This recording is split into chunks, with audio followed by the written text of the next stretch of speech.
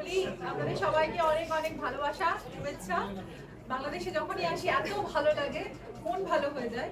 আজকে যখন এয়ারপোর্ট থেকে বেরোলাম, আবার মনে হলো এটা আবার আমার কত চেনা দেশ, চেনা শহর, চেনা পরিস্থিতি। তো এইটা আমার মানে ভেতর থেকে ভীষণ ভালো লাগার একটা তৈরি হয়। তো তারপরে যখন এই বাংলাদেশের ছবিতে কাজ করে আরো ভালো লাগা তৈরি হয় যে এই চলচ্চিত্রের সাথে এত বছরের দীর্ঘ সম্পর্ক আমার, এবং এত সুপারহিট কানেকশন, এত ভালো ভালো কাজ করেছি। আর মোস্টলি আমি অনেক নায়কদের সাথে এখানে কাজ করেছি। তো একটা কথা বলবো যে সবার সাথে আমার খুবই ভালো অভিজ্ঞতা। আর নীরবের কথা আমি স্পেশালি বলবো যে এখন যার সাথে কাজ করছি, Nirab is a very nice human being. আমি ফার্স্টে বলি ওর মনটা খুব সরল একটা শিশু, খুব সুন্দর একটা মানুষ, এবং সবকিছু নীরবের এত ভালো দিক আছে একটা যে নীরব অনেক শুধু অভিনয় ছাড়াও নীরব অনেক সুন্দর করে অনেক কিছু দায়িত্ব নিতে পারে, মানুষের পাশে দাঁড়াতে পারে। ও আমি দেখেছি অনেক এই প্রোডাকশনের অনেক খুঁটিনাটি জিনিসের মধ্যে কেউ অনেক সুন্দর সুন্দর সমাধান করেছে।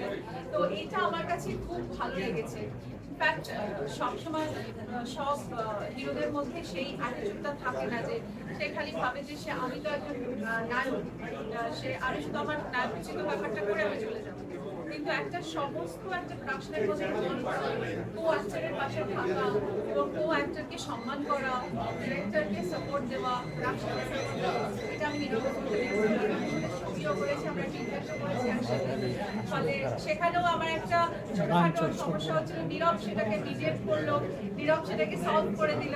তো I think he has got lot of qualities. আর বাংলাদেশ চলচ্চিত্র এখন আগের থেকে অনেক বেশি ম্যাচিওর হয়েছে, আর অনেক বেশি ম্যাচিওর সাবজেক্টস আমরা পাচ্ছি। তো তার মধ্যে এটা একটা মনে হয়েছিল যে এটা আমার বললে খুব ভালো লাগবে। এবং যেটা বলছিলাম is a very fast director, আর ওর মাথার মধ্যে সবসময় এডিটিংটা থাকে।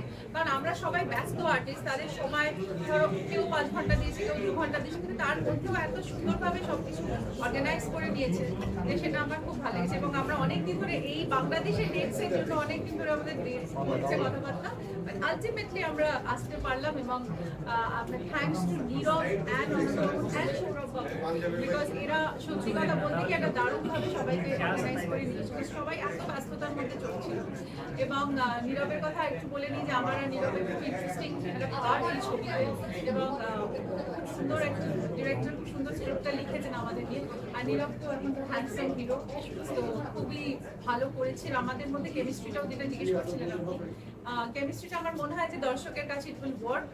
আর কারণ আমি জানি যে বাংলাদেশের দর্শক আমাকে খুব ভালোবাসে এবং আমাকে আমার নতুন নতুন কাজ তারা দেখতে চায়।